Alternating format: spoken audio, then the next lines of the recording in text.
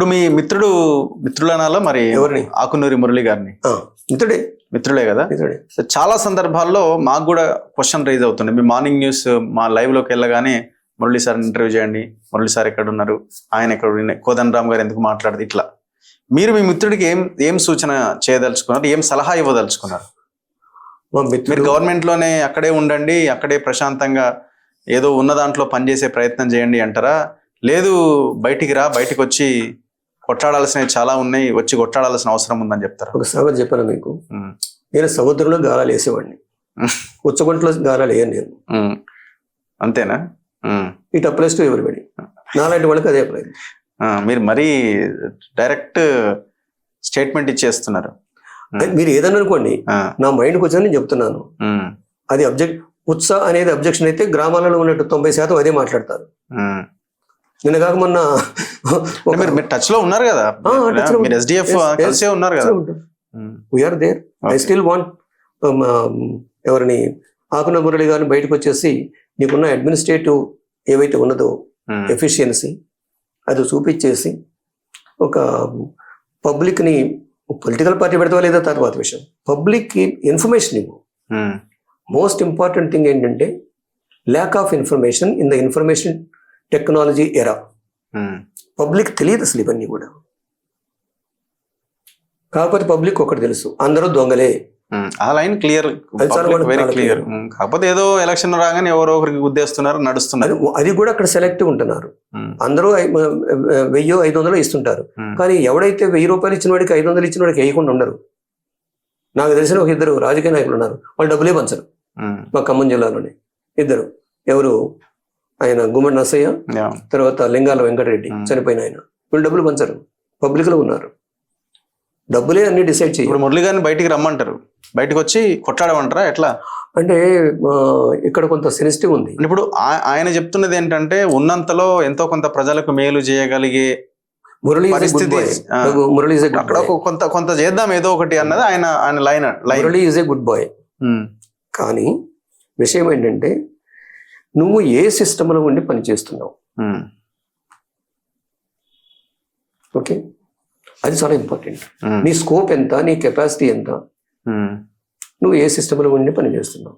నీకు wide area ఉన్నది పని చేయటానికి.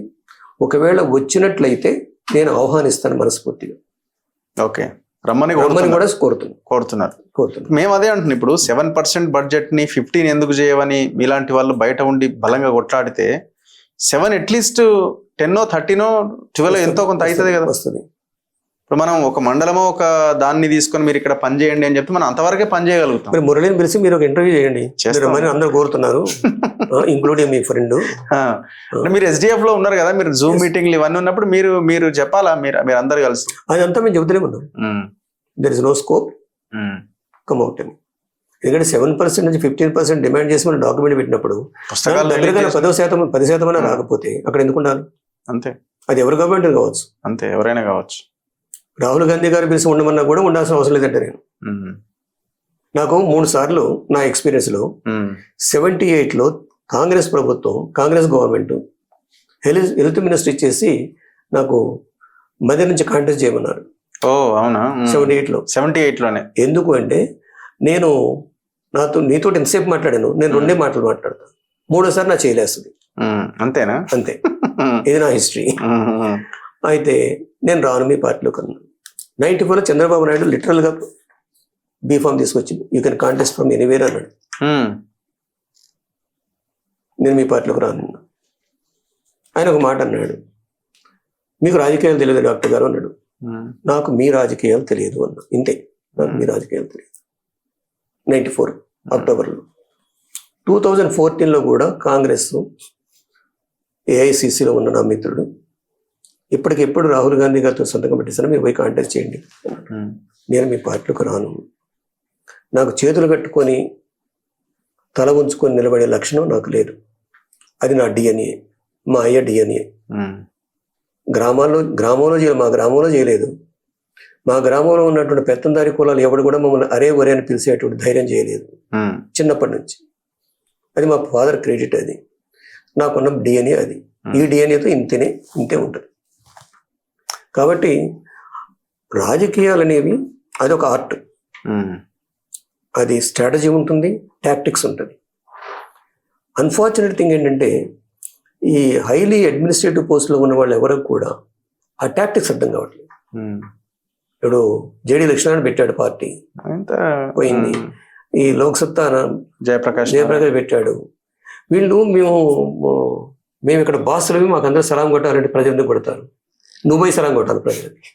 ఐఏఎస్ పార్టీ లాగా ఐఏఎస్ లో ఐపీఎస్ బిహేవ్ చేసినట్టు చేస్తే అది కష్టం. చేస్తే కష్టం కదా. కష్టం రాజకీయం డిఫరెంట్. అంతే.